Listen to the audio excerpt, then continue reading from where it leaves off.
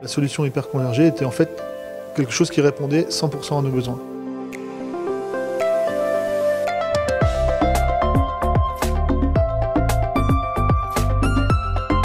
Le projet présenté ce matin sur l'hyperconvergence est un aboutissement d'une réflexion qui a duré quand même plus de 2 ans. On avait une vieille infrastructure traditionnelle, une baie de disque vieillissante qu'il fallait remplacer, un réseau SAN fibre optique qui était vraiment trop vieux et qu'il fallait également remplacer. Donc on s'est dit, les serveurs on pouvait les garder, mais tant qu'à remplacer 2 tiers, pourquoi pas se diriger vers l'hyperconvergence. Surtout que de base, ce qui était proposé, c'était vraiment la simplification administrative des tâches, ce qui était un des points qui nous intéressait énormément.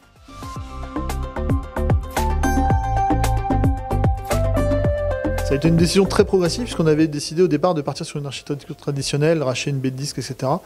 Puis on s'est dit qu'avec l'évolution de nos projets qui allaient démarrer, l'ensemble des ressources humaines de l'UNESCO qui n'allaient pas bouger, etc., la solution hyperconvergée était en fait quelque chose qui répondait 100% à nos besoins.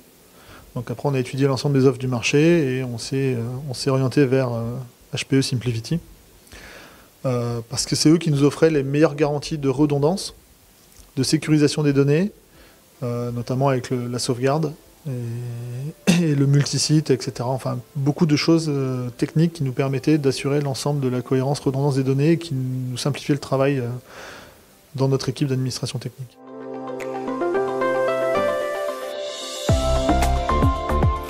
La solution est en place depuis plus d'1 an dans sa solution actuelle. Et elle a permis de couvrir à la fois les anciens besoins et la migration des serveurs, et à la fois les nouveaux besoins où on a quand même déployé par exemple le nouveau système de téléphonie UNESCO qui est passé en VoIP, donc 100% informatique, et d'autres projets, notamment sur SAP, les bases de données SharePoint qui ont permis de répondre à tous ces besoins-là sans aucun souci, aucun problème depuis que ça a été mis en place, et à peu près 4 à 5 fois moins d'administration à faire pour gérer l'ensemble de la plateforme.